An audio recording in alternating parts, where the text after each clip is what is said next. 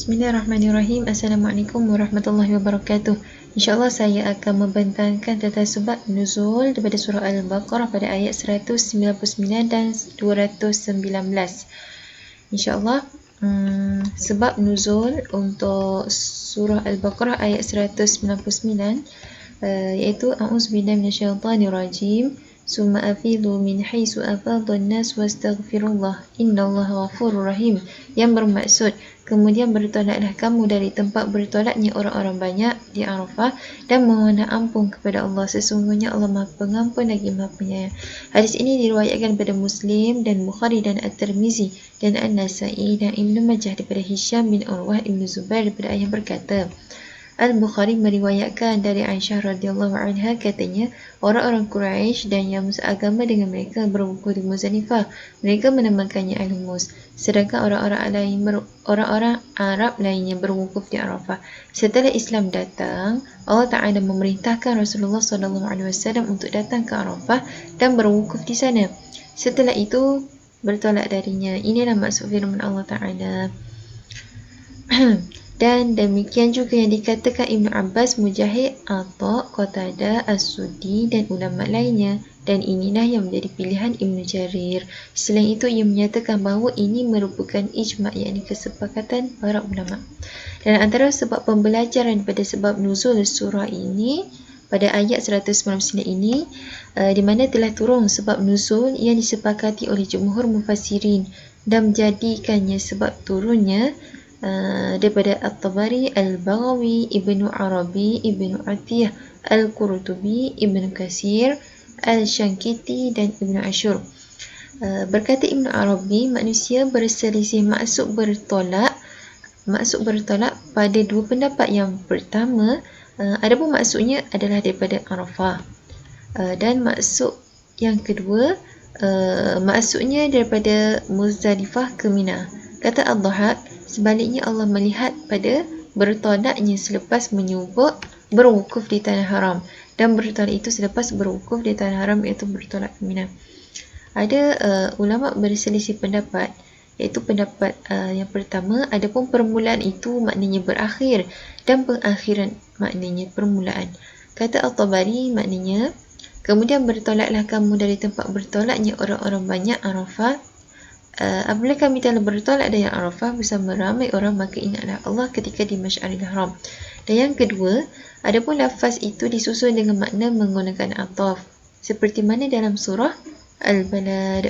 Dan natijah daripada surah ini, sebab nuzul ayat ini iaitu menghalang Al-Hamas daripada berwukuf di Arafah dan bertolak darinya, dan memfokuskan berwukuf di Muzdalifah kerana daripada Tanah Haram, dan Allah memerintahkan Nabi untuk bertolak daripada Arafah sebagaimana bertolaknya ramai orang. Seterusnya ayat yang kedua, iaitu pada ayat 219, A'udzubillahi minasyaitanirrajim. Yas'alunaka 'anil khamri wal maisir qul fihima ismun kabirun wa manafi'u lin-nasi wa ismuhuma akbaru min naf'ihima wa yas'alunaka madza yunfiqun qul al-'afwa wa kadzalika yubayyinu Allahu lakumul ayati la'allakum tatafakkarun. Dan daripada surah ini, sebab nuzul surah ini, firman Allah Ta'ala, Yas'alunaka 'anil khamri wal maisir qul fihima ismun kabir.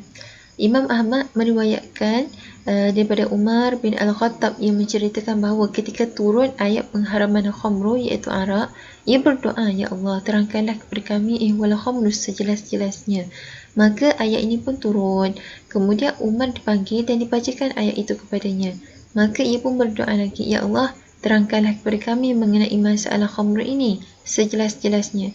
Maka turunlah ayat yang terdapat dalam surah An-Nisa pada ayat 43, yang mana artinya, hai orang-orang yang beriman, janganlah kamu salat sedang kamu dalam keadaan mabuk. Dan seorang muazzin Rasulullah SAW, jika mengumandangkan iqamah solat, ia mengucapkan, jangan sekali-kali yang dalam keadaan mabuk mendekati solat. Kemudian Umar dipanggil dan dibacakan ayat tersebut. Maka ia pun berdoa, Ya Allah, terangkanlah kepada kami mengenai khamru ini sejelas-jelasnya.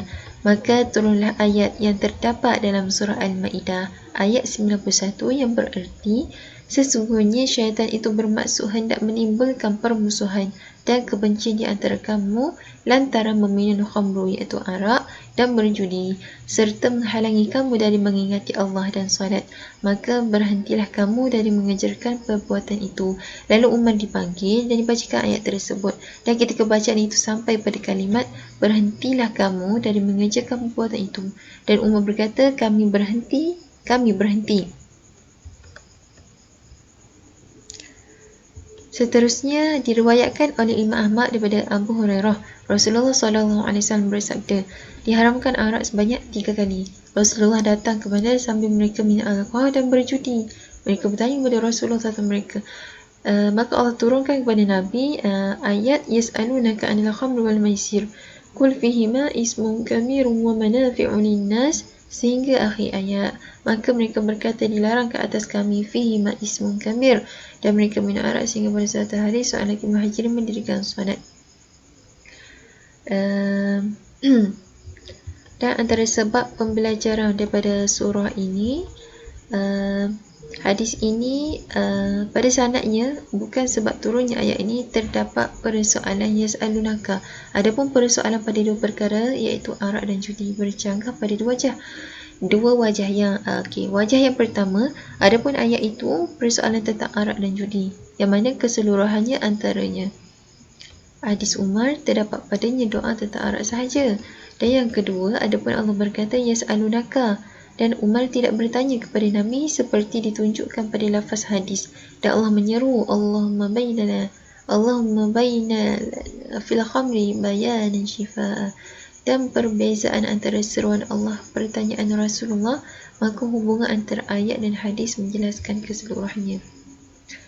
Dan sebab turun ini tidak benar kerana tidak sanad pada kitab sunnah. Adapun yang diriwayatkan oleh Imam Ahmad daripada Abu Hurairah tidak terlalu dhaif pada sanadnya dan tidak disebut oleh mufassirin kecuali Ibnu Katsir. Dan juga tiada dalil yang benar dan jelas sebenarnya pada sunnah yang menunjukkan pertanyaan itu. Dan natijah daripada ayat ini, dua sebab yang disebut turunnya ayat tidak benar kerana hadis Umar sahih tapi tidak jelas, dan hadis Abu Hurairah jelas tapi tidak sahih. Barangkali sebabnya tidak termasuk dalam lingkungan perbahasan, tetapi sesuatu yang menunjukkan lafaz ayat yang diturunkan, sebab persoalan atau pertanyaan tentang arak dan judi. Sekian sahaja pembentangan daripada saya. Sekian, terima kasih. Assalamualaikum warahmatullahi wabarakatuh.